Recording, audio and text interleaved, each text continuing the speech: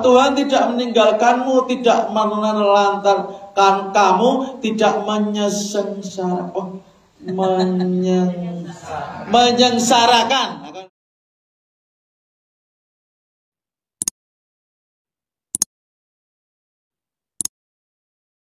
Pada malam hari ini untuk mengobati kangen saya, mari kita ngaji bareng-bareng membaca Al-Quran. Saya tuntut kita akan membaca surat Fussilat ayat 30. A'udzu billahi minasyaitonir rajim.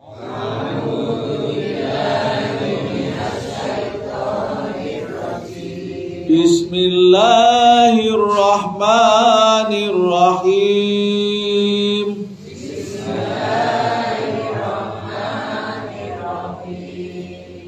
Innalladzina qalu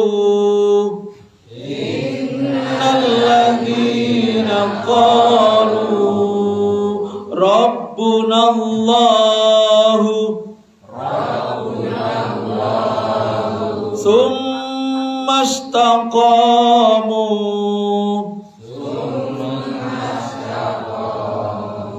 tatanazzalu alaihimul malaikatu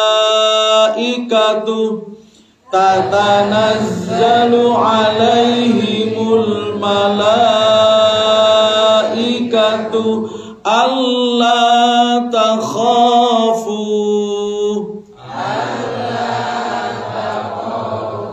wala tahzanu wa abshiru bil jannatil lati kuntum tu'adun.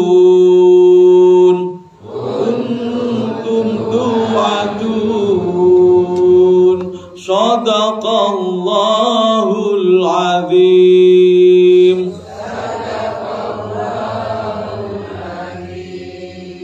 Yang kita baca tadi surat Fussilat ayat 30. Allah menerangkan tentang hadiah bagi orang yang istiqomah. Innalladzina qalu rabbunallah. Sesungguhnya orang-orang yang mengatakan Rabbunallah, Allah sebagai Tuhanku. Rabbun itu kalau dalam bahasa Arab diterjemahkan dalam bahasa Indonesia, Rabbun itu artinya Tuhan dalam makna menciptakan dan bertanggung jawab pada kita. Itu namanya Rabbun. Ma wadda'aka rabbuka wa ma qala. Tuhan tidak meninggalkanmu, tidak menelantarkan kamu, tidak menyengsarakan. Sifat Allah itu Rabbun, tidak pernah menelantarkan hambanya. Siapa yang sudah mengakui, yakini bahwa Allah sebagai Tuhan mereka, summastaqamu, kemudian istiqomah. Jadi sekarang Tuhan saya Allah, besok Allah lagi, besok Allah lagi, besok Allah lagi, terus Allah terus. Itu namanya istiqomah. Istiqomahlah yang menjadikan keluarga kita bisa bertahan lama. Kalau dalam bahasa psikologi namanya endurance. Apa Bu? What is the meaning of endurance? You know? Endurance itu daya tahan. Gampangane istiqomah itu dalam bahasa Indonesia ajek. Orang nyok. Ibadah sholat itu harus istiqomah, orang nyok. Nek pas pengen, nek pas gelem, nek pas selo, nek pas longgar. Jadi orang beribadah itu harus disempatkan. Bukan kalau sempat, tapi ibadah itu harus disempatkan. Allah pernah berfirman dalam hadis qudsi, tafarragh li ibadati amla sadraka ghinna. Wahai hambaku, beribadahlah yang sungguh-sungguh kepadaku, maka aku akan memberikan Amlak sodroka hina, hatimu itu rasa kaya. Jadi kalau orang itu ibadahnya rajin bu, sungguh-sungguh istiqomah, tidak hanya kaya uang, tapi kaya sampai ke hati. Ada orang bu, orang itu kaya uangnya, tapi nggak sampai ke hati. Dikasih berapapun masih kurang. Bahasa Arabnya namanya toma. Apa bu? Toma. Bahasa Jawanya gragas. Sumastakomu. Ketika orang itu mengakui Allah sebagai Tuhan, kemudian istiqomah, tatanazzalu alaihimul malaikah. Allah mengirim malaikat untuk menyampaikan 3 pesan. Yang pertama apa? Allah takhafu. Pesan yang pertama. Pesan yang kedua, wala tahzanu. Pesan yang ketiga, wa absyiru bil jannatil lati kuntum tu'adun. Yang pertama, Allah takhafu. Janganlah kamu khawatir, was.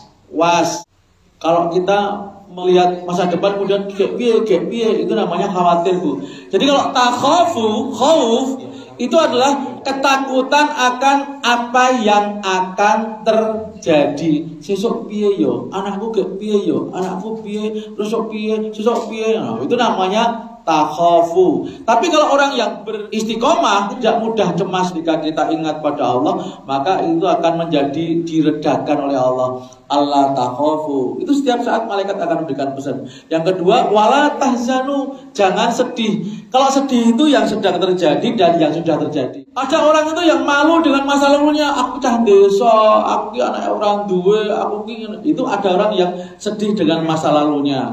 Kemudian yang terakhir ini wa absyiru bil jannatil lati kuntum tu'adun, dan akan diberi kebahagiaan dengan surga yang dijanjikan oleh Allah. Surga dari Allah itu tempatnya ada 3 bu. Surga dunia, surga di alam kubur, dan surga di akhirat. Yang pertama surga dunia. Kalau orang berbuat baik akan diberikan balasannya di dunia juga ada bu. Jadi Allah itu memberikan balasan kebaikan tidak hanya di akhirat, tapi juga di dunia.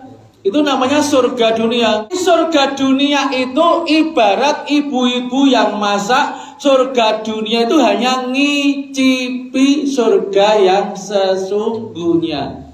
Jadi surga di dunia itu tidak surga yang sesungguhnya bu, hanya ngicipi. Ibu kalau membuat kolak untuk buka puasa, le nyoba niku sak dilat napa sak sendok napa sak mangkok? Sama kok batal dong. Sak sendok ini berarti ya. Jadi dunia itu sak api-api donya niku Pak, meng cilik Pak. Itu hanya ngicipi. Di dunia ini kita harus mensikapi proporsional. Teng donya niku karena kita cuma ngicipi, semua di dunia itu ada batasnya. Kenikmatan juga ada batas. Di dunia itu nggak boleh kita pol-polan. Di dunia itu sak madya, Pak. Ingat ada anak cucu kita yang akan menikmati nek dintekke wong tuane ge anake esuk entuk apa. Jadi di dunia itu Bu. Nikmat surga di dunia itu ngicipi. Yang kedua, surga di alam kubur. Alam kubur kita juga akan menikmati amal kita. Siapa teman kita di alam kubur adalah amalnya masing-masing. Semakin banyak amalnya, temannya semakin banyak. Fasilitasnya semakin banyak. Dulu kalau guru SD nerangkan begini. Nah, nek nang alam kubur itu nek amale akeh, lampune padang. Dulu gitu. Nek kepengen nong alam kubur iku lampune padang, amale ya sing akeh. Nek amale akeh, lampune padang. Nek amale sithik, lampune bledet. Bila waktu telah memanggil, teman sejati hanyalah amal. Tapi kalau kita nggak punya amal, bila waktu telah terhenti, teman sejati tinggallah sepi. Ya sepi karena teman. Gitu. Makanya kita sekarang itu di dunia sedang berusaha mencari teman sebanyak-banyaknya di alam kubur. Kemudian surga yang paling indah, yang paling pol-polan adalah di alam akhirat. Itu tak terbatas kenikmatannya, Bu. Kalau matematika itu pakai tak terhingga. Tak terhingga itu lambangnya kayak ombak itu ya, Bu. Di matematika 1, 2, 3 kemudian tak terhingga, itu namanya gambarnya kayak ombak. Monggo Bapak sekalian, kalau kita ada khawatir, ada rasa takut, ada cemas.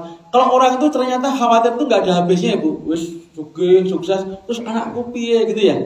Mesti mikir anaknya. Kalau kita sedang khawatir, sebut nama Allah. Kita ingat Allah itu Rabbuna. Jadi ketika Allah Rabbuna itu dalam makna Allah akan menjamin saya. Kalau saya mau dekat, saya mau minta sama Allah,